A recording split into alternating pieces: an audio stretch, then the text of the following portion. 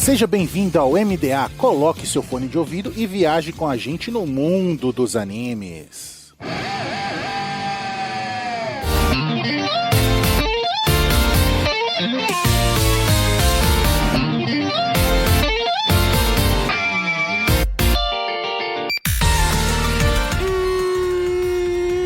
Estamos no ar com o MDA, seja o navio pirata ou uma nuvem voadora, viaje com a gente no mundo dos animes. E nesta semana, vamos finalmente viajar para o mundo dos fliperamas com High Score Girl.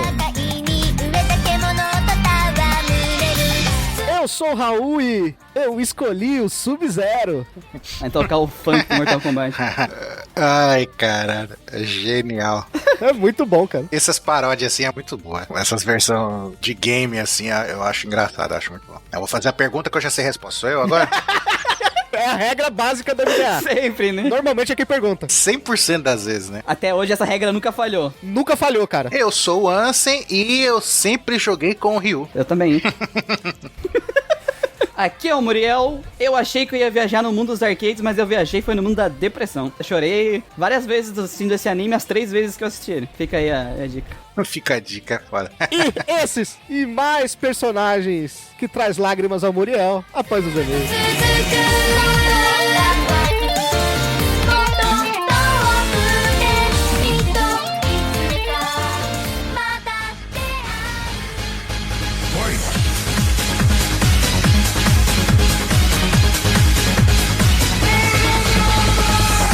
E mais uma semana de e-mails e recadinhos do MDA. Sempre agradecendo os nossos parceiros do Catum, Grindcast, OPEX, Papo Nerd com Elas e o canal do YouTube Guizão Voador. E claro, agradecendo sempre o apoio da Anime Hunter na Galeria Sogo, terceiro andar, ou no site www.animehunter.com.br. Lembrando sempre que vocês podem usar o cupom NSV Mundo Geek e ganhar 10% de desconto nas suas compras em mangás. Nós também temos o apoio da Crunchyroll, o maior streaming de animes do Brasil, e da Rádio J-Hero, onde estamos todo domingo às 4 da tarde. E de volta para os e-mails e recadinhos do MDA, e hoje com recadinhos do Spotify. O primeiro do MDA 31 One Piece, o arco dos Sereianos ou a Ilha dos Tritões. O Marcos Santos comentou: Vulpix tá certo, One Piece é sempre nota 10. E só queria comentar que esse podcast de vocês, o MDA, é perfeito. Muito obrigado pelo elogio, meu amigo. PS, quero um segundo episódio de Gran Blue do Animistic, aquele que a gente começou a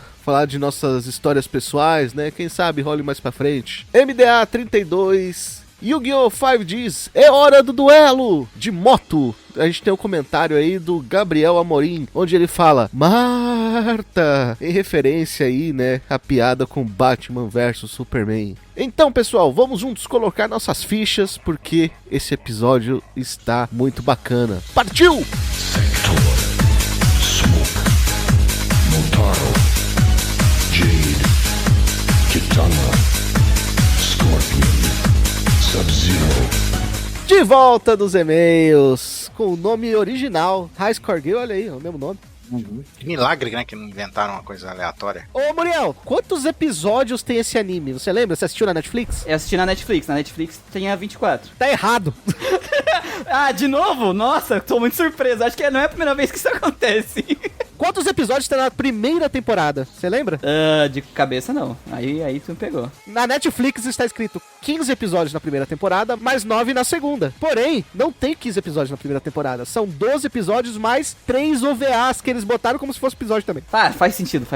Netflix faz. É, Netflix não é a primeira vez que eles fazem isso, né? Não dá Douro Redouro, deu a mesma coisa. E não será a última. Então, o correto são 21 episódios mais 3 OVAs, tá ouvindo, senhora Netflix aí, locadora vermelha? Pior que, tipo, a separação das temporadas tá amaldiçoadíssima também, né? É 15 a primeira e 9 a segunda. Que é anime que sai com 9 episódios. Quando sai a segunda temporada com 9, é muita vontade de cancelar, né? Apertar em cancelar. Apertar em cancelar. Não sei o que tô pagando mesmo. O anime estreou em julho de 2018 e terminou a sua segunda temporada em setembro de 2019. Olha só. Do estúdio JC Staff, que é o estúdio de Shakugan no Shana, Zero no Tsukaima, Nodame Cantabile, Toradora e Bakuman. Caraca, botou só os romancezinhos, só o shape. Será que é uma coincidência? Com com direção de Yoshiki Yamakawa, que é o diretor da primeira temporada de Damashi, diretor de Mushishi e de Big Beginning. Billy Beginning. Eu acho que o mais conhecido aqui é o Damashi, né?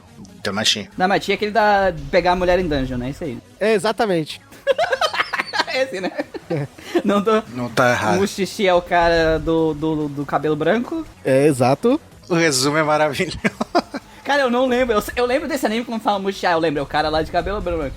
E não lembro mais nada. De pegar a garota na dungeon e qual é o último? Esse outro aí eu não faço ideia de que... Ah, eu assisti isso aqui na Netflix. Eu assisti. Não assistam. Padrão de qualidade de Netflix, é isso? Sabe aquele dia que tu tá afim de assistir alguma coisa, mas tu quer deixar o teu cérebro no off, só quer ficar babando na frente da TV? Uhum. Eu assisti isso aí e mesmo assim eu achei ruim. Caralho. Mushishi. Mushi é inseto, né? Vou tentar adivinhar pelo nome, o que se trata a obra. O foda é que, como não deve ser, sei lá, não é a light novel moderna, é que o subtítulo de 32 linhas me conta exatamente do que se trata a obra, né? Se não tiver mais que um tweet, a Light Novel não faz sucesso. O Damachi aqui tu resumiu, né? Sim, sim. É, qual é que é o nome inteiro da... É Dungeon... Dungeon ni Deai ou Motomeru no wa Mashigateru Darouka. É uma dislexia aí, perdoa a dislexia. Tem quase um tweet aqui. Tem quase um tweet. Então, por isso que não fez sucesso. Se tivesse um tweet inteiro, tinha feito. Faltou mais umas 2 linhas aqui. Aqui no Brasil, High Score Girl saiu exclusivamente pela Netflix. Netflix. Netflix. E tem uma curiosidade muito interessante, né? A dublagem, ela foi pedida aí pela Netflix, porém, são 2 estúdios diferentes que fazem a dublagem. Na primeira temporada, a gente tem aquele famoso Dubbing Company de Campinas. Certo. E na segunda temporada, com os mesmos dubladores, só que mudando de estúdio aí pra Unidub. Olha a diferença. O estúdio do Goku. Exatamente. Na primeira temporada a gente tem a direção de Renan Vilela. Na segunda a gente tem só a direção de dublagem de Úrsula Bezerra. Tô certo. Desculpa, gente, eu não vi dublado, foi mal. Eu vi tudo dublado. Também não vi todo dublado. Eu vi as 3 vezes em japonês, porque eu sou otaku lixo. É que desculpa, né? Eu sei o que os caras estão falando, né? Então, licença. Ah, desculpa aí. Desculpa aí, a humildade passou lá embaixo. Aprendi japonês jogando eroge, exatamente. Depois não sabe por que tava chorando no final do anime, né? Olha aí o motivo. Se vocês não quiserem chorar, vejam dublado. Vocês não querem chorar vendo dublado, né? Uma dica aí pra sua vida. A fonte da obra é um mangá seinen que saiu na Big Gangan, revista da Square Enix, que também é uma empresa de games. Olha que interessante. Desculpa que My Big Gangan soa muito sexual pra mim. Vamos mudar o nome dessa revista. Não, tem que continuar. Big Gangan. Agora eu vou chamar de Gangan. Não, você tem que dar a entonação correta. É Big Gangan. Aí parece que é putaria. Big Gangan. Boa, Anson. Porque você escuta com aquele olhinho de lado, assim, sabe? Exatamente. Não esperava nada menos da pessoa que caminha pelas trevas. Aquela revista de putaria que trouxe obras como Fullmetal Alchemist e Soul Eater. No mangá, a obra se passou entre 25 de outubro de 2010 e 25 de setembro de 2018, com 10 volumes. A revista é mensal e o autor é o Reisuke Oshikiri. Reisuke Oshikiri. Falar com voz de samurai, pô. Tem que falar com voz de samurai, senão tá errado, né? Você pode estar com a pronúncia correta, mas se você não falar com voz de samurai, tá errado. Não, você pode estar com a pronúncia errada, mas se você estiver fazendo voz de samurai, tá certo. Tá certo, exato. E você conta pra gente aí do que se trata High School Girl. Basicamente conta a história do Haru, que é o nosso protagonista, que ele é aqueles nerds de fliperama. O pessoal de hoje nem deve saber o que é fliperama, né? Mas aquelas máquinas de jogo, praticamente 90% de jogo de luta, né? Que você coloca a ficha e luta contra o outro jogador. E ele vivia, né, nos fliperamas jogando ali, e ele era um dos melhores ali, né? Sempre o pessoal ficava em volta dele vendo, nossa, né? O cara era muito bom, sempre jogando com o Gaio, que eu vou chamar de Guile, estou avisando, a minha vida toda eu chamo de Guile. Guile? Que é o correto. Que é o correto. Exatamente. E ele sempre jogando com o Gui na apelaçãozinha dele do facão. Até que ele, de repente, vê uma pessoa, desafia ele, a pessoa escolhe o Zangief e dá um cacete nele e fala, nossa, esse cara é muito bom, vou cumprimentá-lo. Aí quando ele dá a volta, porque nas máquinas japonesas era uma de costa pra outra, não era lado a lado igual aqui, né? Isso, as máquinas, no caso, o teu oponente tá do outro lado, tu não consegue enxergar ele, tu só vê o teu monitor. Não é que nem aqui que é feito pra dar treta, né? Que é um do lado do outro. Um do lado do outro, vão ficar dando cotovelada, não.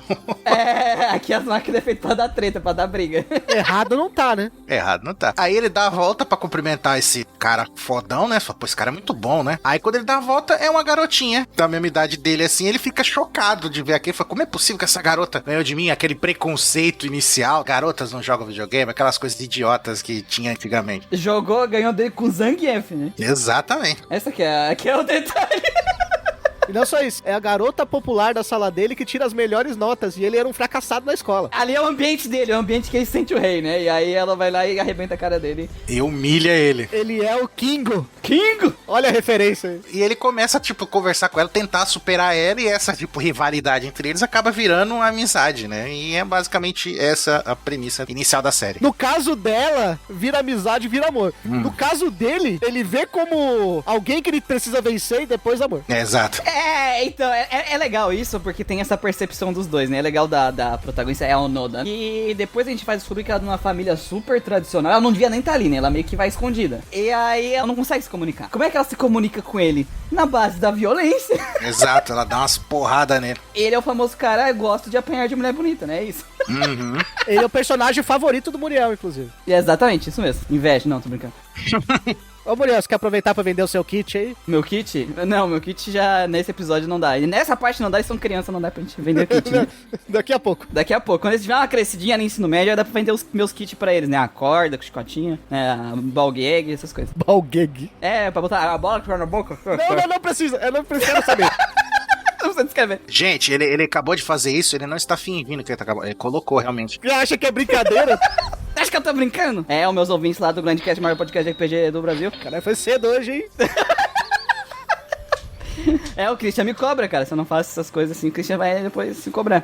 Cara, eu gosto muito dessa interação, que aos poucos, ele começa com essa rivalidade, aí eles vão criando essa amizade, e aos poucos ele vai conseguindo entender a comunicação dela através dos socos, ou das caras, das coisas que ela faz, sabe? Exatamente. Pra ele era uma rivalidade, que vira uma amizade, né? E pra ela começa a ficar mais, porque é a única pessoa com quem ela consegue se comunicar. É uma coisa que eu acho legal da série, que eu vejo pouca gente comentar, que ela não é muda, né? Não. Ela sofreu uma violência familiar. Essa forma dela ser é um subtexto pra essa violência, que é o fato dela não ter opinião. Ela simplesmente segue aquele preceito da família, então ela não sabe se comunicar. Ela fugiu disso quando ela conheceu os arcade, é meio que o ponto de fuga dela. E a única forma que ela sabe se expressar é através da violência, porque até ela é falado que ela faz artes marciais, né? Por isso que ele nunca consegue bater de volta nela, porque ela sabe se defender. Então toda essa forma dela se comportar é a forma dela se expressar, sabe? E ali é a primeira pessoa com quem ela conseguiu conversar mesmo da forma dela, dentro do ambiente que ela se sente segura, do ponto de fuga dela. Querendo ou não, ele ajudava ela a fugir também, várias vezes, né? Inclusive, eu quero, nesse momento, dar parabéns, né? Pedir uma salva de palmas aí pra Sayumi Suzushiro, que é a dubladora original de Akira Ono, pelo excelente trabalho nesse anime. É um desgraçado. Eu falando mega sério aqui. Eu tô mentindo? os barulhos de soco, né? Só os ganitos. E aquelas resmusgadinhas. As mangadinhas. Exato, só isso. E quando tudo acontece, assim, quando ele dá na escapada que ele dá o anel pra ela... Quê? Cara, aquele sentimento dela é legal porque é um relacionamento ainda infantil, mas é tão genuíno a relação dos dois, sabe? Uhum. É algo tão compreensível. Às vezes tem tantas séries de romance, assim, que começa com essa amizade e é muito enrolado e não tem um desenvolvimento. E às vezes tu sente que é meio forçado. Essa é uma série que é tipo duas crianças que gostam de jogar videogame e tu sente, olhando o passado dela, olhando as coisas que acontecem entre os dois, esse sentimento genuíno que criou ali entre eles, sabe? Eu acho muito legal isso, velho. Cara, eu acho legal algumas coisas até um certo ponto. Por exemplo, o Haru. Eu tenho um grande problema com o Haru, porque quando ele é criança, você entende as coisas que ele faz, como ele se porta. Por exemplo, é super compreensível ele como criança, a pessoa que virou a melhor amiga amiga dele, com quem ele se identificou e tudo mais, a parceira dele ali de jogos, ele ficar sabendo que a menina vai morar em outro país, e ele ficar extremamente puto, tipo, com ciúmes, com medo de perder ela, e até ser grosso com ela e depois se arrepender e ir lá pedir desculpas. Mas depois que ele tá adulto, ele faz certas coisas que você fala assim, pô, cara, pela idade dele ele deveria ter discernimento, sabe? Eu acho que tá de acordo com o personagem dele. Ele é imaturo, porque ele não é adulto, ele é pré-adolescente na história. É uma fase da vida que eles estão aprendendo a lidar com emoções, sabe? Ele demora um puta de um tempo pra perceber que o sentimento que ele sentia por ela não era simplesmente uma rivalidade, tanto que quando ela volta a primeira vez, ela vê ele de uma forma e ele ainda tá vendo só como aquele negócio de rival, tanto que eles brigam, né? Depois do torneio lá do Street Fighter 2, que ela joga com o botão quebrado contra ele. Ele ser imaturo, pra mim, é um correto pra um personagem dele. Com a Kira ainda ok. A Hidaka fala na cara dele que tá apaixonada por ele. Mesmo ele não sabendo qual é o sentimento dele pela Kira, ele sabe que ele não sente nada pela Hidaka. Ele simplesmente é bobo na situação. A mina, cara, ia levar ele pro motel. Ingenuidade, cara. Não, ali ele não tava sendo ingênuo, não. Ele tava. Raul, tava. Ela tava sendo esperta. E ele não sabia o que tava fazendo. Ele teve um pânico ali, velho. Pra mim, ele deu pânico no sistema. Eu teria dado pânico no sistema na idade dele, velho. O problema é o seguinte, metade do segundo arco, ele sabia do sentimento dela. E ele tava tratando da mesma forma, que era muito complicado pra Hidaka, cara. Ele poderia lidar com a situação de um jeito muito mais simples. Então, Raul, exatamente isso que eu tô falando pra ti. Ele agiu de forma imatura. Se ele tivesse agido com a maturidade que tu tá esperando dele, eu teria achado estranho. Porque não tá de acordo com o personagem. Todas as coisas que ele fez até esse ponto foram imaturas. Todas as relações dele com relacionamento até agora com as meninas que não envolvesse jogo, porque ele é um viciado em jogo, foram imaturas. Ele é uma pessoa imatura. Não. E ele está sendo imaturo. Tanto a parte que ele foge lá e sai, não vai mais no fliperama que a guria vai e tudo mais, apesar de ele já entender um pouco a situação, aquilo é imaturidade pura. O mais imaturo dele foi quando a Hidaka se declara pra ele tudo. Agora eu não tô lembrando se é ela que fala a proposta ou se é ele. Mas ele ter aceitado a proposta lá, tipo, não, se eu ganhar de você... Você vai ter que sair comigo. Vai ter que sair comigo. Aí, tipo, ele aceita... Ela oferece pra ele. Então, mas ele aceitar essa proposta maluca é a imaturidade dele, entendeu? Tipo, pô, a menina gosta tanto de mim assim, pô, né? Acorda, né? Ele tinha que ter... Ele podia ter bugado ali. Só que tem uma coisa, viu? Eu não sei se você colocou legenda, Ansem. Na dublagem, a Hidaka fala, se eu ganhar, você vai ter que sair comigo. Na legenda, ela fala, se eu ganhar, você vai ter que namorar comigo. Sim. Eu jurava que ela tinha falado isso na dublagem também, inclusive, né? Não, ela fala, você vai ter que sair comigo. Então meu cérebro completou, então. Ela fala sair, sim, ela fala tipo... Eu não consigo lembrar a palavra certinho agora. Tem a palavra certinho, que é o fato de tu sair, começar a sair com a pessoa. É o date, né? Começar a ter dates com a pessoa, né? Que é o começar a sair, mas de uma forma de relacionamento, né? Que ela fala no japonês. Ela realmente falou, eu vou te derrotar e tu vai ter que namorar comigo, né? E uma pessoa madura emocionalmente falaria, não, nada a ver isso aí. Não, naquela, se ele gostasse dela, ele ia falar, não precisa disso. E se ele realmente não quisesse nada com ela, fala, mano, não, nada a ver, vai rolar. Por isso que eu falo, ele é imaduro, ele ainda tava nessa questão de que ele ainda não queria nem aceitar os sentimentos dele 100%, entendeu? Eu não concordo que ele é tão imaturo assim, que ele era novo, eu não concordo, porque eles já estavam ali nessa parte, eles já estavam no ensino médio. E não, cara, ensino médio, maturidade é duas coisas completamente longe uma da outra. Pra mim, ele é mais maturo criança do que no ensino médio, velho. Então, mas você lembra por que ele aceita a aposta? Ele tava cagando pro sentimento dela. Ele aceita a aposta porque ele tinha perdido pra ela a última vez, tanto que ele tava se achando um merda do videogame, porque ele, além de perder pra Kira Ono, ele tinha perdido pra ela também. Que é uma pessoa que há um ano atrás ele tinha ensinado a jogar videogame, que tudo que ele tinha tocado no fliperama na vida. E aí ele falou, puta, eu tenho que vencer ela agora. Porque ele queria o ego dele sendo massageado. Sim, foi na escrotidão. Que é o problema do personagem que é trabalhado durante a série. É esse ego dele, em primeiro lugar. Que até o Ansem falou que começa a relação deles por causa do ego ferido de ele ter perdido pra mina. E até ele começar a respeitar a Ono, de verdade, como uma jogadora, demora um pouco. Até que, quando ela vai embora, que esse respeito realmente vai 100%, ele considera ela a rival pra ser derrotada, né? O que é o primeiro pensamento dele sobre ela. E, cara, pra mim, um personagem como ele eu gosto justamente por causa dessas falhas e porque ele é escroto mesmo. E eu não acho que a série tentou esconder isso. Eles são crianças imaturas que estão passando por essa fase da vida que é complexa. O relacionamento, ele não é simples, ele é complexo. E ele foi escroto com ela, foi muito escroto. E eu sinto que tem, sim, um sentimento até de arrependimento com ela. Eu fico com pena da loirinha, porque ele... É uma das partes que faltou ele pedir desculpa pra ela, sabe? de um certo modo. Isso pra mim foi o que faltou. Ele pede, no último diálogo, ele fala que ele demorou pra se posicionar sobre os sentimentos dela. Porém, faltou quando ele vai lá. E ela, que é a pessoa que mais se machucou com isso, tem que dar conselho pra ele lá no aeroporto atrás da Kira, cara. Ele continua machucando ela. Ela foi forte, ela foi bem forte, né? O fato só dela fazer isso, sabendo que porque ela tá jogando a pessoa que ela ama pros braços da outra, sabe? Porque ela sabe que ele não ama ela, que ela não vai conseguir. Porque assim, ela podia ter não feito isso, não ter encorajado ele pra tentar fazer ele ficar com ela. Mesmo se Paulo começasse a namorar com ela ia viver sempre com a sombra da Kira Ono voltar pro Japão. E ali tu vê o maturamento dela, essa percepção dela de que ela não adianta, sabe? E aí ela chora porque sim, cara, é sofrimento, imagina. Tu ama uma pessoa que, como a gente falou, caga pra ti nesse sentido, sabe? Nesse sentido de romance. Porque ele cagava pra ela. E pra mim isso demonstra que nem falou, aconteceu antes e depois tem a percepção. Tu tem desenvolvimento de personagem. Tu tem desenvolvimento dele, tem desenvolvimento dela. A ONU é a ONU, né? Ela não é o personagem central nesse desenvolvimento, sim, ela tem até um pouco, mas comparado com os dois é bem fraquinho. Ela quase não muda, né? É, exatamente. Só que pra mim, o fato desses personagens terem essas falhas e essas falhas gerarem situações escrotas que machuca, que magoa, e aí depois eles começarem a tomar, mesmo que ainda torto, algum rumo, é um desenvolvimento muito humano e verídico de pessoas nessa fase, do que se as coisas se resolvessem em passe de mágica, o cara fosse um adulto maduro, sabe? E é isso que eu gosto, da parte dos personagens. E a parte dos videogames, ela dá todo um charme pra isso, mas os stand deles, né, o Gaio lá dando um empurrão nele, eu acho o máximo isso. Os personagens empurrando a moto, sabe? Eu acho o máximo isso, que pega essa parte que faz parte da vida dele e mistura, né? Até, às vezes, quando tá as duas lá na casa dele, né, e aí ele tá indo pra casa, o Gaio tá tentando avisar ele, aí tá aí um personagem da outra puxando o Gaio pro corredor.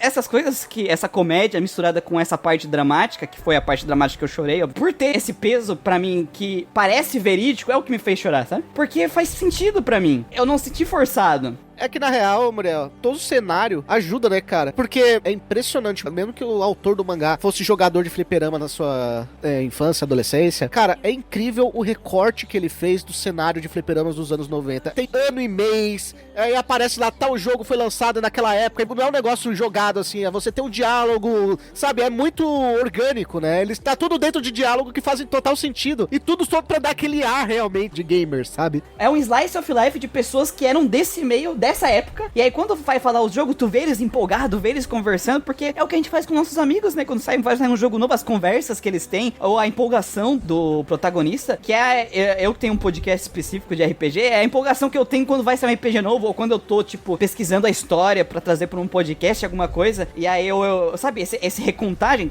de um gênero completamente diferente do que eu sou especialista, que é principalmente jogo arcade, que eu não entendo porra nenhuma, mas todo esse sentimento, o sentimento e a forma é tão natural que tu se sente acolhido por isso, sabe? E é verídico, tanto quanto os personagens, sabe? Eu gosto demais desse anime. E o anime, ele busca dar detalhes, sabe, específicos. Por exemplo, quando sai, eu acho que é o Street Fighter Turbo, que tem o Akuma secreto, que aí ele falou, mas como é que ela sabe fazer o Akuma? Aí ele fala, é verdade, ela morou nos Estados Unidos. Nos Estados Unidos, geralmente, eles recebem primeiro. Cara, é muito interessante. E outra, mesmo, aí você vê, mesmo sendo um jogo de uma empresa japonesa, lá nos Estados Unidos, eles acabam recebendo a preferência pra essas coisas. Tem muita coisa que deixa rico o cenário. Sim. O lore, né? O lore do jogo de luta, velho, é muito bom. Ou o escritor realmente jogou e gosta dessa parada, porque ele coloca essas minúcias assim de que quem não tá ligado, tipo, tá inventando isso daí. Ou ele pesquisou muito pra fazer essa história, porque, mano, tem hora que eles falam código. Não, porque você tem o jogo tal, tem um código que você faz não sei o que. Caraca, mano, os caras colocou isso. Não, porque o jogo tal, lá nos Estados Unidos tem o nome X, Y, e essas curiosidades. As muletas, cara, ele conhece as muletas dos jogos tudo, tipo, aqui eu vou fazer essa estratégia do Gaio de ficar na retranca, que era conhecida pelo nome tal, sabe? De vários jogos tem isso. Pra mim, que tu falou ali, ele é os dois. Ele era um cara que ele viveu essa época, que ele era muito viciado nisso, e por ter muito amor por isso e gostar muito, ele conseguiu fazer uma pesquisa muito minuciosa e trazer isso de uma forma natural pra obra, sabe? Você sente veracidade ali. E outra, tem a questão até dos macetes, né? Aí você tem o negócio da Akira lá, fica 2 episódios falando, nossa, como que ela consegue fazer o pilão, seu personagem andar. Aí depois, quando eles estão no torneio, aí vê que ela dá um peteleco no direcional, né? Tem todo um macete pra isso. Essas cenas aí dos macetes é muito Death Note do arcade. Ela usou a técnica, não sei das qual, que permite. Sabe, é muito massa. E aí ele pensa, não, pra contrabalancear esta técnica dela, eu vou usar este movimento. É muito massa, cara. E é uma coisa que quem joga esse jogo competitivo, ele meio que faz isso naturalmente, né? Quando ele vai jogando e vai pensando. Então, eu imagino a galera que realmente é viciada nesses jogos de luta, como é que se sentiu com essas representações, sabe? Deve ser muito massa. Eu fiquei com vontade de comprar um controle arcade pra jogar, velho. Eu queria que tivesse um High Score Girl 2 com jogos de aventura e de RPG. Aí eu tá em casa. Aí eu ia estar em casa também. Porque eu joguei no fliperama, tipo, na época até, sabe, era bom. Hoje em dia, jogo de luta sendo uma lástima. Mas na época eu jogava. E como você tá sempre jogando contra os caras ali e tá, né, você perdeu a sua ficha, né? Você perdeu dinheiro, né? Naturalmente você ficava mais foda, porque você tinha que se aprimorar instintivamente. E esse negocinho da série, tipo, aí depois que os dois virou rivalzinho, eles foram melhorando. Ele foi melhorando também. Ela já era foda, né? Mas no caso ele. É claro que tem muitas coisas que podiam ser aproveitadas e por falta de tempo, ou sei lá, não tem como aproveitar tudo. Por exemplo, eu na adolescência, eu era jogador de The King of Fighters, né? É até citado no anime e tudo mais. Só que uma coisa que era muito comum com The King of Fighters era o pessoal fazer time, porque como eram 3 jogadores, eram times, cada um era um jogador, aí você disputava contra o outro time, cada um era especialista naquele jogador. Eu jogava de Robert Garcia, aí cada um tinha um jogador ali específico. E era muito maneiro, porque realmente quem jogava com aquele jogador era muito bom. Porque assim, é uma obra de romance que ela se passa nesse ambiente, né? Porque a gente tem várias obras de romance japonês que é aquele setting escolar, é isso aí. São personagens diferentes e tudo mais. Mas eu acho legal, uma das diferenciais dessa obra é ele estar nesse setting de arcade, que é diferente. Que já dá um ar totalmente novo pra ele. E ele ser riquíssimo esse ambiente de arcade, né? Pra que a pessoa que era desse ambiente se sentir em casa. Mas a coisa que eu gosto é como eles absorvem essas coisas do arcade pra vida deles. Ela usar o Zangief porque ela sentia pena dele, porque ela viu todo mundo falar que o personagem era um bosta, né? E ela começou a usar o Zangief pro Zangief começar a bater nas pessoas. Não sei se vocês lembram disso. E depois disso, ela só usa personagem fortão por causa que ela gosta muito do Zangief. Quando tem as cenas dos stand, né, que eu brinco que é os stand, o dela é o Zangief. O Gaio, o Guile, do Haruo, várias vezes ele Haruo, sabe, assim, no fundo, é muito legal. Mas esse ponto do Zangief ser personagem, eu não entendo, mano, porque o Zangief sempre foi um personagem forte, mano, sabe, apelão. É porque é técnica, cara. Então, a galera não sabia jogar com ele, mas ele é muito apelão, mano. Todo jogo tem um personagem desse estilo, você tem ele, você tem o Goro Daimon no The King of Fighters. É, grandão de agarrão, né? Então, mas tem que saber jogar, porque ele é um personagem que não é você ir lá e dando porrada. Ele é lento pra você sair correndo e dar porrada. Você tem que agarrar o cara. E outra, é que o Zangief, ele é um counter, né? Tu tem umas estruturas, né? Tu vai ter aqueles personagens que são os personagens que são fáceis de usar, né? Tipo, é o Ryu e o Ken do Street Fighter. É fácil de usar. E aí tu vai ter outros personagens que eles não são tão intuitivos, né? Aí chega no arcade, e aí o cara tem que gastar dinheiro, como vocês mesmos falaram, e aí ele vai testar um personagem uma vez. Ah, isso aqui é uma bosta. Ele joga, sei lá, um personagem, tipo um Ryu da vida, que é um personagem muito mais fácil de jogar, e vai ficar nessa, sabe? Quando a gente tem um videogame em casa e pode treinar, tu pode testar os personagens, mas no arcade tu vai querer jogar com o mais fácil de dominar. Mas normalmente esses personagens mais fáceis de dominar, eles não costumam ser os mais fortes, né? No próprio Street Fighter, o Ryu, digamos assim, é a média pros outros, é o padrão pros outros. Então eles fazem sempre o Ryu primeiro, beleza, aí a partir daqui eles começam a balancear os outros. Não, o Zangief tem mais vida e causa muito dano, mas ele é mais lento. O Vega é mais rápido, mas tem menos vida. Não que esses personagens de início sejam personagens ruins, tá? Não, o Ryu sempre foi um personagem bom. Não, mas eu tô falando, tipo, tem uns personagens que ele é tão bom quanto, só que tu precisa de treinar muito mais com ele, né? É isso que a gente tá falando. E outra, você torna o jogo rico, né? Porque você tem o personagem que vai atacar a média distância, que é o caso Ryu, Ken. Aí você vai ter o personagem que ataca de longa distância, você tem o personagem que vai atacar de perto, que no caso é os counters. Isso. Que ele precisa que o outro personagem venha pra cima pra ele conseguir dar o contra-ataque, no caso do Zangief. Então você deixa o jogo mais rico, porque você sempre vai ter um personagem que funciona pra contra-atacar aquele personagem que você gosta de jogar. Exatamente. E tem aquele negócio também até dos ciúmes, né? Daquelas personagens femininas super sexualizadas da época. Tem aquele episódio que eles estão jogando, eu acho que é Street of Rage, que ela sempre jogava com o grandão também no Street of Rage. Aí ela começou a jogar com a menininha, porque ela não queria que o cara jogasse com a menininha. Por mais que, assim, a gente vai ver que tem alguns problemas ali, só se a gente for pegar só a parte de... eu não curto muito comédia romântica, mas só pela parte do arcade ele já vale a pena, já sabe? Vale a pena, sim. E a parte da comédia romântica, cara, eu gosto da parte da comédia romântica. Eu não acho ele excelente, assim, tipo, top 10, mas ele faz um bom trabalho da parte de comédia, da parte da comédia romântica, cara. Eu acho que ele faz um trabalho legal. Se fosse focado só na comédia romântica, sabe? No triângulo amoroso ali dos personagens, o anime ia ser muito mais curto. Como eles são jovens, eles não têm um feedback tão grande. Com certeza. Sabe, eles não têm um passado, uma dor, alguma coisa. Você tem alguns passados mais próprios do personagem, né? Por exemplo, você tem a Kira lá, que a família dela quer que ela segue uns certos preceitos. Aí você tem o personagem principal, que a mãe dele mete o foda-se e fala, faz o que você quiser aí.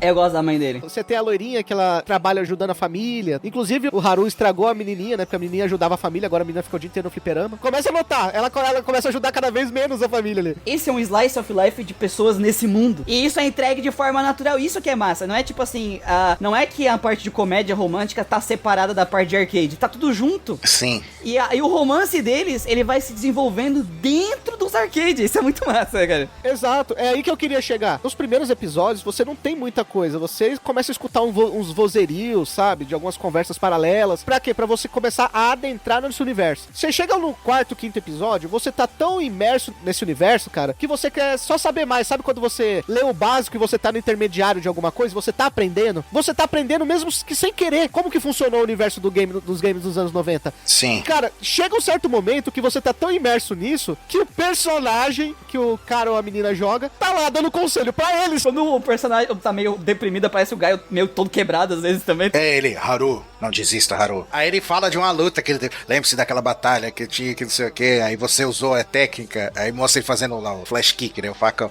Aí, não sei o que. Ele, não, é isso mesmo. Não sei o que.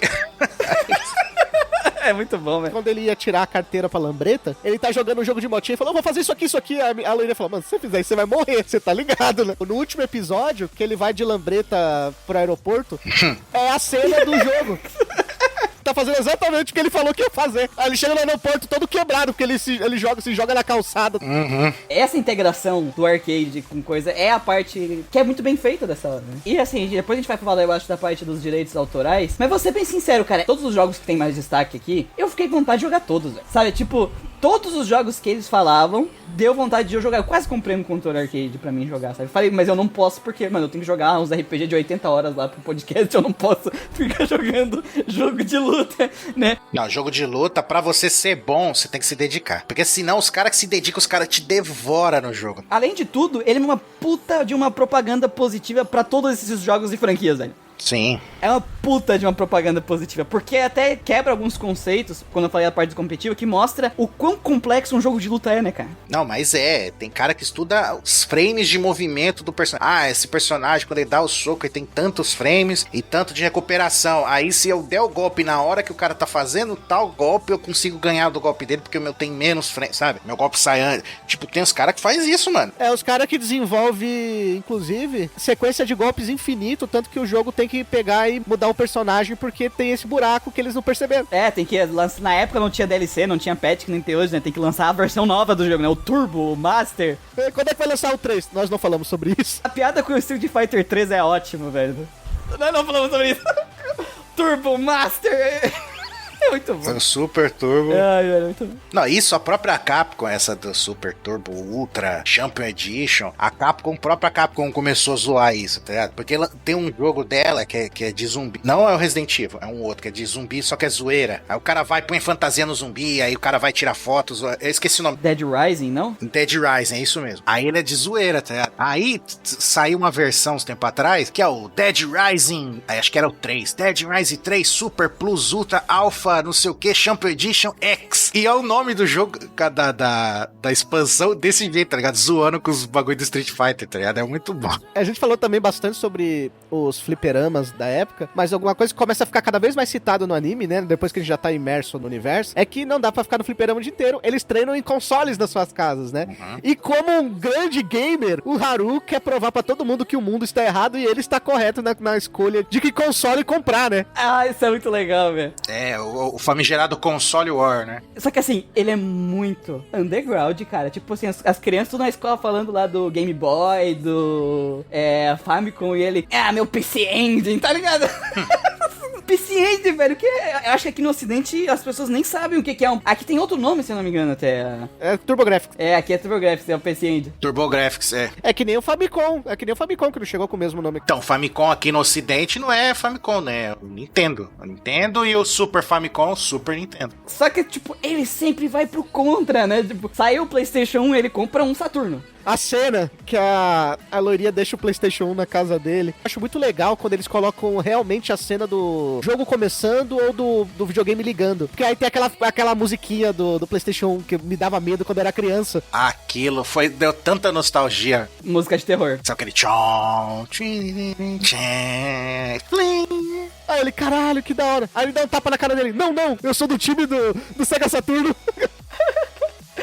É muito massa, velho. É porque também é legal, é disso que eles comentam, né? No comecinho ali, tinha essa separação bastante do arcade pros consoles de casa, né? Tinha jogo que só podia jogar no arcade, não tinha versão pra console caseiro. E aí quando chega nessa geração... As que saía pro console caseiro, vinha capado, né? Tipo, mais nerfado, tipo, zoado, inferior. Agora, quando chega nessa geração, as coisas começam a se dar uma equiparada, né? Em alguns sentidos. E aí eles podem começar a treinar em casa, sabe? Isso é muito massa. E aí isso aparece lá Isso é falado na aula. Então esse slice of life do nerdão de verdade. Né? Não dá pra chamar esse anime de escolar, né? Porque as cenas de escola são muito poucas. Porém... Não, praticamente não tem, né?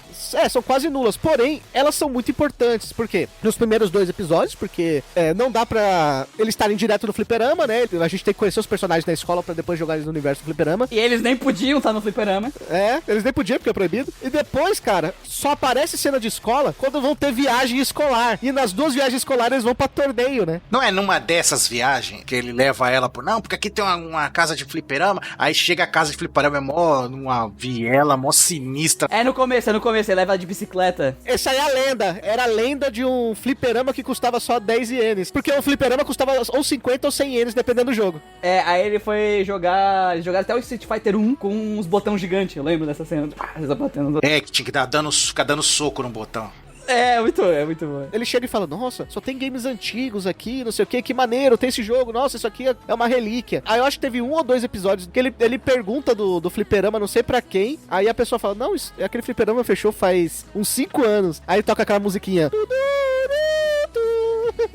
É muito... Toca o Arquivo X. Arquivo X, né? É muito bom, cara. Cara, eu vou assistir esse anime mais uma vez. É muito bom, é muito divertido. Saudade do arcade, sabe? Eu acho que ainda tem bastante lá, né? No Japão, sim. Eu não sei como é que tá a situação. No Japão ainda tem. Aqui é uma coisa que... praticamente morreu, né? Praticamente morreu, né? E lá eu acho que ainda é uma coisa que existe, né? O pessoal jogar nesses arcades, assim. É muito mal visto, né? Aborda um pouquinho sobre isso no anime, né? É visto como um lugar que é de gangue, que tá Yakuza lá. Não é muito bem visto os fliperamas, não. Não, isso aí é o Pachinko e a Konami. Konami aqui. Não, então, os fliperamas também, cara. Infelizmente. Maldita Konami. Eu estou destilando todo o meu ódio pela Konami aqui, tá? Só pra...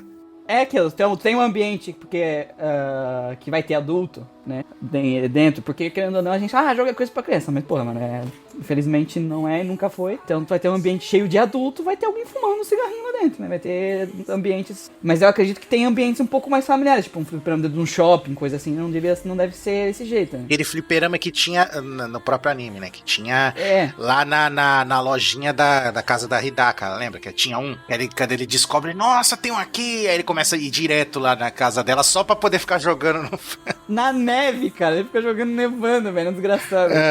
E sabe o que é legal? É que eles fazem piada com esse negócio de um lugar ser lugar de Yakuza, né? O professor fala, não, é o lugar lá que só tem Yakuza. E eles ficam brigando o tempo todo. Aí corta pra eles irem pro fliperama. Aí é 2 nerdola brigando porque o cara perdeu a ficha. É um ambiente que vai ter de tudo que a gente, né? E aí é um ambiente que eu entendo, por exemplo, eles proibirem criança. Porque, porra, vai ter um monte de gente adulta. E aí, pô, não se sabe quem são aquelas pessoas, né? Não é um ambiente seguro pra criança. Exato. Mas não é um ambiente onde é feito lavagem de dinheiro e venda de drogas, sabe? Você garante isso? Aí eu já não posso garantir, né? E por isso que é proibido as crianças aí. Mas não tem, né, cara? Vai fazer o quê? Quando a gente tá totalmente imerso, né? Igual o Raul falou, a gente tá imerso na historinha, vendo os personagens, conhecendo a lore ali dos fliperama, tudo.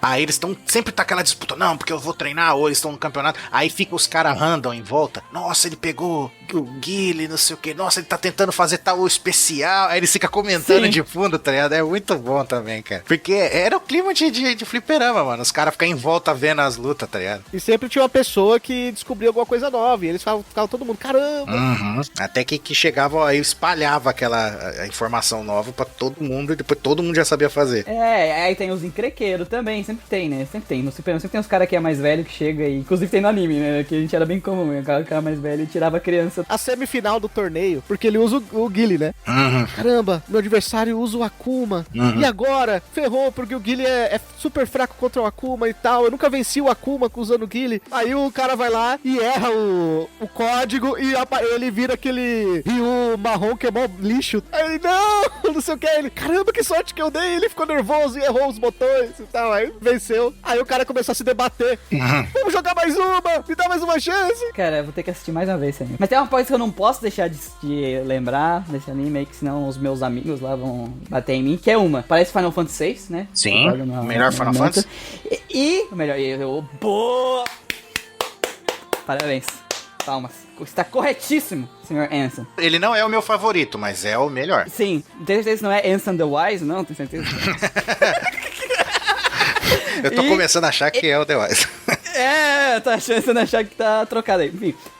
E ele faz pra ela um jogo em RPG Maker. Do console, RPG Tsukuru, né? Do Super Famicom. Lembro que tinha uma época que, até no Brasil, no computador, isso ficou muito famoso com o Mugen. Virou moda, né, mano? O Mugen, sim. É que o Mugen é pra jogo de luta, né? Pra fighting, É RPG Maker, que no Japão se chama RPG Tsukuru, né? Vamos fazer um RPG. E aí existe, né? O RPG... existe até hoje. Pra consoles. Hoje eu tenho as versões mais recentes. Até hoje o pessoal faz, tu consegue pegar, ele é uma engine, né? Tu consegue fazer jogos comerciais, sai bastante jogo comercial feito no RPG Maker. Só que esses são os RPGs Makers de computador, obviamente, onde você é uma engine feita pra te criar realmente o jogo e publicar. Ele fez no Super Nintendo. Teve uma vez, inclusive, que fez muito sucesso. Não tinha jogos de Cavaleiro do Zodíaco no Brasil e fazia muita falta. Aí teve eles subiram as 12 casas. Fizeram de RPG Maker. Fez muito sucesso esse jogo, cara. Isso. E era um jogo feito aí pra galera poder matar a vontade de jogar Cavaleiro do Zodíaco. Sim. Já que você falou de Final Fantasy, Muriel, tem uma curiosidade aqui, ó. Mesmo o anime saindo de um mangá da Square Enix, a sua principal franquia só é citada 3 vezes no anime. E a gente anotou pra você. Olha que beleza. Mas é porque o foco o Haruo, o foco dele é jogo arcade, né? Não só jogo de luta, jogo arcade mesmo. E RPG não é um jogo arcade, né? Não tem é um jogo de 20 e poucas horas no arcade, ferrou, né? O cara tá ferrado, uma ficha. É um jogo de console mesmo, né? E embora o jogo ser focado em fliperama, como o Muriel falou, né? O nome Final Fantasy, que é a principal franquia da Square Enix até hoje, é comentada 3 vezes no anime. A primeira é quando o Haru diz que Final Fantasy IV está prestes a sair lá no fliperama. E a segunda vez é no hotel. Ele compra um console e veio com uma fita pirata. E tava escrita caneta na fita Final Fantasy. Ele falou, acho que não é Final Fantasy não, mas vamos ver. E não era mesmo, né? Era um outro jogo, nada a ver. Ele fala, eu tenho certeza que não é Final Fantasy, mas enfim. E o último é que quando eles estão ali aquelas feirinhas, né? Que tem no Japão. Eles estão jogando aquele jogo de atirar com a rolha. Aí ele fala, não, é impossível, esse negócio é todo roubado. Aí ela vai lá, dá um tiro só com a rolha e derruba o Final Fantasy VI, que tinha acabado de sair e tal. E aí ela vai lá e dá pra ele porque ela não tem um console, mano. É uma cena mó feliz e mó triste ao mesmo tempo. Não é o caso aqui, né? Que não é o podcast de games, mas eu tenho que falar essa curiosidade. Que sempre que falam de Final Fantasy VI, o pessoal tem que comentar e eu não vou quebrar essa tradição. Mete aí. Que no Final Fantasy no Super Nintendo é o Final Fantasy 4, 5, 6. Só que nos Estados Unidos, os caras são, né, cabeçudo. Eles lançaram o Final Fantasy 1, na época lá do Nintendinho. Nossa, essa história é ótima. Aí não lançaram o 2 nem o 3. Aí quando saiu o 4... Aí eles, puta, esse 4 aqui é muito bom, vamos lançar, mas a gente não lançou nem o 2 nem o 3. Foda-se, esse é o Final Fantasy 2. 4. Aí nos Estados Unidos o Final Fantasy 4 é o Final Fantasy 2. Aí depois saiu o 5, o pessoal, esse aí não falaram muito bem não. Então beleza, não vamos lançar. Aí quando saiu o 6, explodiu, né, de coisa, porque o Final Fantasy 6 é incrível. Vamos lançar o 6. Não, mas a gente só lançou o 1 e o 2, que o 2 que era o 4. Então lança como o 3. Então se você for procurar cartucho de Super Nintendo, a versão americana do Final Fantasy 6, você não vai achar. Você vai achar o Final Fantasy 3, que é o 6. E aí o mais engraçado, sabe qual é o mais engraçado que a gente não pode esquecer de citar? Que aí o Final Fantasy 7 saiu, como é que o Final Fantasy 7 veio pra cá? Final Fantasy 7. Aí eles, foda-se, é o 7 e a 7 mesmo. aconteceu a mesma coisa no Brasil, só que com o mercado de quadrinhos da Marvel. Vocês sabiam disso? Não, essa eu não sabia.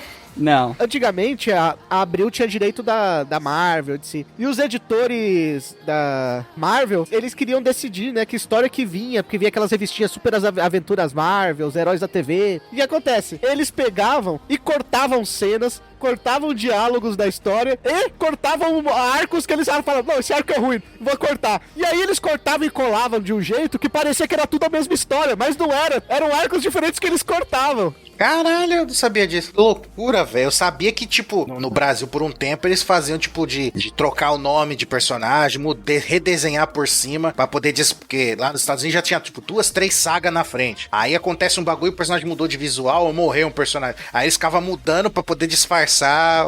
Tá aqui, tá ligado? Mas agora, eles faziam a montagem, eu não sabia não, velho. Caramba. Quando chegou o arco das Guerras Secretas, que foi o arco que o Peter Parker recebe O simbionte. no mundo bélico lá, Aham.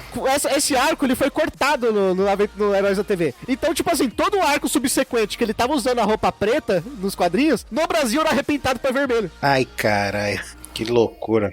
Cara, quando uma empresa do mundo dos games, que também vende quadrinhos, né, começa a citar nomes de jogos dos concorrentes, é claro que isso pode dar problema, né? Uhum. Em 5 de agosto de 2014, a polícia do distrito de Osaka revistou os escritórios da Square Enix e os editores de High School Girl sobre a alegação que eles estavam violando os direitos autorais da SNK Playmore, ou seja, da King of Fighters. Ixi. E que é Fighter? Aprendam, jovens otakus. SNK é a sigla da empresa que faz o The King of Fighters, Fatal Fury e Art of Fighting. Não é aquele anime dos gigantes pelados. Samurai Shodown. É isso, Samurai Shodown também. Muito foda, por sinal. Não é do anime dos gigantes pelados, não. Até 2014, eles constataram mais de 100 infrações, ou seja, mais de 100 vezes que personagens do The King of Fighters, Samurai Shodown e outros títulos ali foram usados no mangá, sem pedir os direitos pra SNK.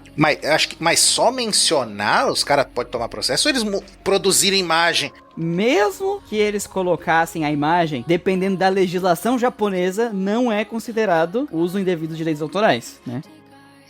Mas se a polícia foi lá pra fazer uma batida e achou mais de 100 infrações, Claramente isso precisa de uma ação processual. Tu não pode chegar pra polícia e dizer, ó, no mangá tal apareceu o meu personagem lá, bate na casa deles. Não faz o menor sentido. não, com certeza não foi desse jeito, né? Eles foram apurar. Quando acontece esse tipo de coisa aqui no ocidente, é aberto um processo legal, né? Não vai a polícia bater, porque é que nem, só porque tu botou a imagem do meu jogo no teu vídeo do YouTube, aí depois vai bater aqui, vai ver que eu comprei o jogo, e aí vai me prender, e depois ela regou, né? Em resposta, a Square Enix retirou voluntariamente todos os 5 volumes que tinham sido impressos até então, feitos na época, e suspendeu também temporariamente vendas digitais. Ou seja, pararam de vender os volumes que estavam prontos, tudo que tinha saído até então, provavelmente tinha alguma coisa da SNK neles, né? Porém, os capítulos posteriores continuaram saindo na revista Gangan. Ou seja, eles já tomaram cuidado a partir do volume 5. Outras empresas, como Capcom, Bandai e Sega, disseram que deram consentimento formal para o mangá usar os personagens e seus jogos. Eu acho até interessante as empresas darem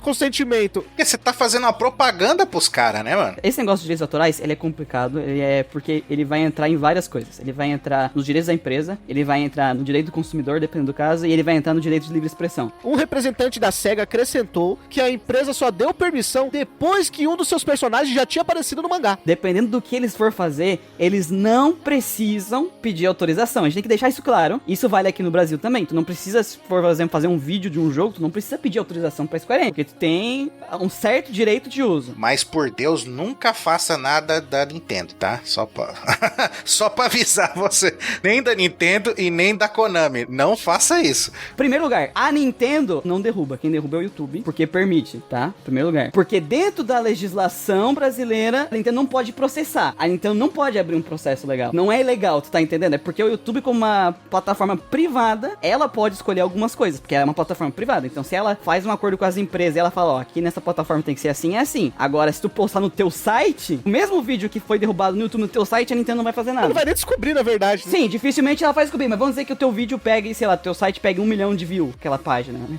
E ranqueie no topo do Google com aquele conteúdo, dificilmente ela vai conseguir abrir um processo, porque a lei não permite ela abrir um processo. O juiz vai rir da cara dela. E assim, eu acho que as empresas têm que parar pra pensar se aquele uso daquela imagem, ela está prejudicando o uso intelectual, ou ajudando o uso intelectual? Que é uma puta de uma propaganda de graça, cara. E outra, é o mangá que virou anime. Igual você falou, Muriel, tipo, você tava assistindo lá, aí vendo eles jogando Street Fighter 2, aí depois eles falando do The King of Fighter, tudo, vendo lá o Final Fantasy, você mesmo disse, você ficou com vontade de jogar esses jogos. Isso é uma puta propaganda pros caras, mano. Então, incentivando os caras a comprar os meus produtos, vai na fé, mano. Eu não tô gastando R$1 com isso, né? Eles não estão simplesmente jogando os personagens lá porque sim. Eles estão fazendo um recorte histórico de uma época. Exato! E tá enaltecendo os personagens, os jogos, falando bem, não é King of Fighter é uma merda, não, ou Street é uma merda, não tá fazendo isso, ao contrário, falando, nossa, esse jogo é foda, é enaltecendo, e recorte histórico, como você disse. E aí entra na questão que falou do recorte histórico, que eu falo do direito de expressão, porque assim, ele está pegando uma parte histórica do qual esses jogos fazem parte, sabe? Ele tá usando a propriedade intelectual ali de uma forma construtiva. Sim. Sabe? Ele não tá simplesmente pegando aquela... não é uma pirataria. Exato. Ele não está usando os personagens em si. Na verdade está, né? Mas aí é o Guile e o Zangief, né? Sim. O que eles usam, a Capcom deu autorização, como tá escrito aí na coisa. Provavelmente pra esses personagens eles pediram autorização. Porque eles são fundamentais pra história, sim. Eles são fundamentais pra história. É tudo feito de uma forma tão construtiva que não prejudica a imagem intelectual. Eles não estão usando nenhum asset, eles não estão usando nada assim, tipo, que é roubado da obra deles. E eles não estão inventando nada, né? Eles estão usando coisas que são realmente retrato histórico de uma época.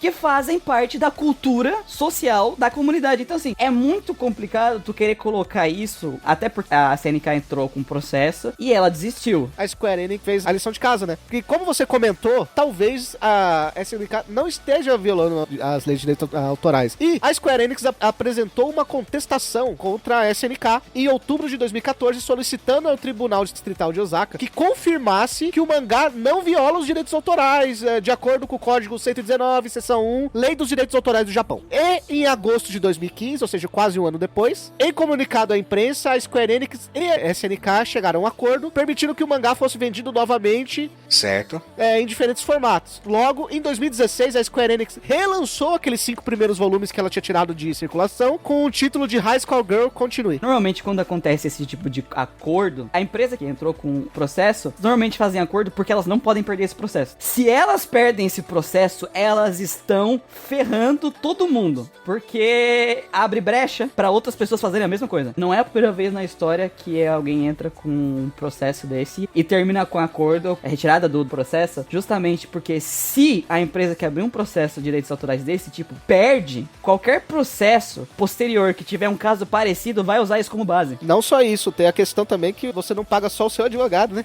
Você perde, você se fudeu muito. Porque já aconteceu, por exemplo, no caso de... Vocês lembram do Game Shark? Sim. Antigamente era feita uma fita, que tu plugava a fita do jogo em cima, colocava no teu cartucho, tu fazia os hacks ali, botava os macetes. E depois no PlayStation 1 era um CD com o logo de tubarão. CD, sim. Essa empresa, ela foi processada. E aí todos os produtos delas foram presos, o valor de dinheiro, o valor dela foi preso, né? O valor de mercado até ficar preso, não pôde mais produzir até o processo se encerrar. E a outra empresa, eu não lembro qual foi das empresas que processou, foi até o final desse processo e perdeu. E além de agora a empresa poder fazer livre à vontade, um monte de gente começou a fazer Game Shark porque não vai perder, não vai tomar um processo mais, porque cria esse âmbito, pelo menos pelo que eu vi no documentário lá, nos Estados Unidos funciona assim, né? Quando um processo é idêntico ao outro, vou seguir a norma que tá lá, não tem porque eu fazer todo esse processo. E ele teve que pagar uma puta de uma indenização, milionária pros caras, porque os caras ficaram vários anos sem poder vender o produto deles, né? Então abriu esse preceito, por isso que o Game Shark continuou saindo, quando saiu pro CD já perdeu a popularidade, mas em vários momentos da história, esse tipo de coisa acontece. Então as empresas, geralmente, elas processam só pra ferrar o outro, eles não querem nem chegar até o final do processo, eles querem só ferrar o outro pra ver se ele desiste, sabe? E eu acho isso uma putaria, porque eu acho que a gente tem que começar a pensar, que nem eu falei, as empresas olhar se aquele produtor de conteúdo, aquela pessoa, ela tá fazendo aquilo com uma visão positiva, se ela não tá roubando nada, ela não tá pegando teus personagens e usando a Deus dará, ela não tá roubando a história do teu jogo, ela simplesmente tá fazendo uma referência, porque faz parte histórica é a parte cultural histórica, velho. Jogos, eles são meios de cultura, eles são produtos de cultura, então isso faz parte, não tem referência a nome de música, cara. Pra mim isso aí não é uso indevido de marca de jeito nenhum, velho. Faz parte da sociedade. Claro que existem limites, né? Por exemplo, quando tu tá fazendo um jogo pirata usando a base. Aí beleza, né? Pegando um jogo dos caras, usando os assets, usando os gráficos do jogo do cara, isso aí, pô, agora é uma coisa de produção de conteúdo, né? Imagina se esse anime tivesse tirado tudo do ar antes de virar anime. Olha o que a gente teria perdido de um produto de qualidade que traz essa cultura dos arcades de uma forma maneira e só faz uma puta propaganda propaganda pra todas as empresas de graça, você não vai pagar R$1 por essas propagandas, pelo amor de Deus. E vamos ser sinceros, né? Foi um esforço de aceitação da última empresa que você pode achar que vai fazer isso, porque tem várias editoras no Japão. Tem Shogakukan, Shueisha, Kodansha. Foi logo a Square Enix que aceitou aquele mangá e começou a publicar um mangá que mal faz referência à própria Square Enix. Exato. Ela tá fazendo propaganda de graça dos outros franquias, dos outros caras dentro da revista dele. Porque acreditou no potencial daquela marca, né, cara? Não tem muita. Tá fazendo lá propaganda do jogo do mesmo concorrente que tem os jogos que concorrem com ela. A própria Capcom, né? Tudo bem que faz tempo que ela não lança JRPG dela, né? O Breath of Fire, mas ela era concorrente direta da Square, né, mano? Esquece isso aí, cara. O Breath of Fire esquece. Dragon Quest. Não, Dragon Quest não esquece, esse aí tá vivo ainda. Se morrer, morre um autor famoso de mangás aí. Não, se morrer, morre o Japão, velho. Morre o Japão se morrer Dragon Quest. Não, morre 2, né? O que produz os personagens morre o maior consumidor. Mano, não pode lançar Dragon Quest no meio de semana, que senão os caras não vão trabalhar, velho. Fly é o maior sucesso, cara. Fly. Eu contei pra vocês que quando eu assisti a Fly, eu vi assim, falei, nossa, o Fly, né? Nossa, parece Final Fantasy. Podia ter um jogo de Final Fantasy do Fly, né? Aí a mula aqui não vi escrito gigante, Dragon Quest, né? Pra mim era Final Fantasy, entendeu? Aí depois, anos depois que eu me liguei, falei, caralho, velho, o Dragon Quest é o Fly, mano. O original usa até as músicas de Dragon Quest, cara. Do Dragon Quest 3, eu acho. Gente, vamos pra aquele momento? Considerações finais e notas pra High Score Girl. Cara, por tudo que a gente tá falando até agora, empolgado aqui, cara, vale muito a pena pra vocês verem High Score Girl. Quem conhece e curtiu Fliperama na época, ou só joga os fighting game hoje, vale muito a pena assistir também, porque você vai ver uma parte da história ali, as origens do que você tá jogando hoje. Também a historinha é engraçada, você vê a Ono espancando o Haru. Toda vez que ela fica brava, ela só fica aquele nervosinha. Não tem como você não gostar dela. O Haru é o nerdão padrão, né? E a Redaka também, cara. Não tem como você não gostar dos três personagens, tá ligado? Eles são muito carismáticos. O romancezinho deles também, até a certo ponto você fala, legal, mas aí acaba descambando o clichê, eu acho, nessa parte. É o triângulo amoroso. Aí ele gosta da garota, mas a garota não pode ficar com ele. Aí a outra que gosta dele, ele não se importa, sabe? Por causa desse detalhe que eu não curti, então eu vou dar um 8. Aí, valeu a nota. Eu conheci esse anime quando eu tava passando por um divórcio, né? Toca a música de Naruto aí, Lucas. E... não foi a época mais saudável pra eu ver esse anime. Eu tinha visto o primeiro episódio e achei legal por causa dessa temática de arcade. Só que aí virou um dramalhão porque eles têm que crescer e querer fazer sexo. Né? Uhum. Foi, né? O cara... Eles têm que crescer, não podia ficar criança. Enfim. E aí, cara, foi um anime que eu... me ajudou pra caramba pra soltar, né, um pouco a emoção que tava presa, chorei bastante assistindo, e eu me diverti pra caramba assistindo esse anime a primeira vez que eu vi, e aí deu alguns meses e eu vou assistir de novo, e outros meses depois assisti de novo, porque esse anime, cara, na questão da comédia romântica, eu não sou um especialista nessa área, sendo bem sincero, mas, cara, eu me senti tão ligado, assim, eu senti tão, cara, esses personagens pra mim, eles foram tão incríveis, sabe, eles são imperfeitos, eles são adolescentes que não sabem lidar com os próprios sentimentos, eles têm dúvida, eles fazem merda, às vezes eles são escroto com uma pessoa. Essa parte é muito bem feita, inclusive. E é muito massa. O final me deixou um pouco a desejar, porque Sim. foi um final aberto, eu detesto o final aberto. E o final aberto deles é igual ao final da primeira temporada, entre aspas, sabe? Quando ela vai embora a primeira vez e não tem continuação disso. E eu fico tipo, mano, eu queria ver alguma coisa, alguma certeza. E fica nessa certeza e me deixou muito triste. Eu sou um nerd, assim, eu criei um podcast de RPG, né? Então, assim, o meu foco é RPG, o meu amor é RPG. Eu nunca fui um grande fã de arcade, mas eu vivi essa época um pouco, como eu era criança. E, cara, eu me senti imerso nesse mundo, eu adorei conhecer mais. E não é um negócio que é só um fanservice. Isso aqui tá um fanservice. E aí tem essa história de romance que tá totalmente desconectada com esse fanservice. De lore, de história, de jogo, de arcade. Não, tá tudo ligado. Essas duas vertentes da obra estão conectadas uma com a outra de uma forma tão harmônica e tão divertida, cara. E pra mim, me tornou uma das minhas obras favoritas, sabe? Por mais todos os problemas que ela tem, eu assistirei ela mais uma vez. Eu vou assistir ela mais uma vez, depois que eu terminar de gravar esse podcast. Mas agora. Mas ela não é perfeita, não vou dizer que ela é perfeita. Eu acho que ela tem um problema de pacing. Tem uma hora na segunda temporada que eu acho que demora demais, assim, aquela barriguinha ali, quando ele vai pra outra gangue e tal. Aquilo não me ajudou muito, sabe? Pra mim, a narrativa. E o final, pra mim, deixa a desejar Por mais que eu chorei na parte que o Gaio dá, tipo, o ataque especial dele, faz a moto sair voando na velocidade da luz lá. Cara, eu não sei porque eu chorei nessa cena, mas eu chorei, enfim. Pra mim era uma obra muito boa, muito legal. Se tu gosta de games, tu vai rir, vai se divertir. Ah, eu não sou muito fã de romance. Cara, vai firme, vai fundo, 24 episódios. Não é uma coisa gigantesca. Dá pra te ver aí num final de semana bem legal. Vou deixar o 8 também pra High Score Girl. Eu me surpreendi, sabe? Eu esperava uma Hong Kong commonzinha e ela se tornou bem melhor do que eu imaginava, cara. Quando a gente assiste esses animes que tem alguns recortes de alguma coisa, de um esporte, de uma cultura ou qualquer coisa ligada, sempre fica de fundo como se fosse um salzinho, sabe? Alguma coisa pra ligar a obra, um temperinho. O High Score Girl vai além. Ele tem um puta trabalho de pesquisa, você vê claramente, cara, que aquilo é muito bem feito. Como a gente falou várias vezes durante o episódio, é um recorte de uma época, cara. É muito interessante. Você realmente aprende como foi a época dos fliperamas dos anos 90. E isso é muito legal. Principalmente para um grupo de adolescentes de hoje, um grupo de jovens que assistem anime hoje em dia, que talvez pouco tenha visto um fliperama, sabe? Se viu, foi num shopping, algum lugar assim, mas não tem tanto contato, porque hoje em dia é muito mais simples você ter acesso ao jogo, né? Até no seu celular. Acho que alguns desses jogos até lançaram versão pra celular, né? Sim, quase todos têm versão. É muito interessante, mas você mostra pra um público novo também, fala, pô, isso aqui, ó, nasceu desse jeito, esse jogo que você joga aconteceu por causa disso aqui. Eu nem ligo tanto pra Hong Kong, cara. Os 3 personagens principais, eles têm uma historinha legal e tudo mais, tem uma barriguinha, o final é um pouquinho indigesto, porque... o final em aberto é foda. Fica parecendo que no fim das contas ele tomou uma gaia e é isso. Netorário. Mas, pelo recorte histórico, eu vou dar um 9, cara. O Raul deu 9? Ah, então eu dou 9 também. Não vai não, porque eu não vou mudar a nota. Eu não vou editar isso. Vai todo mundo aumentando, né?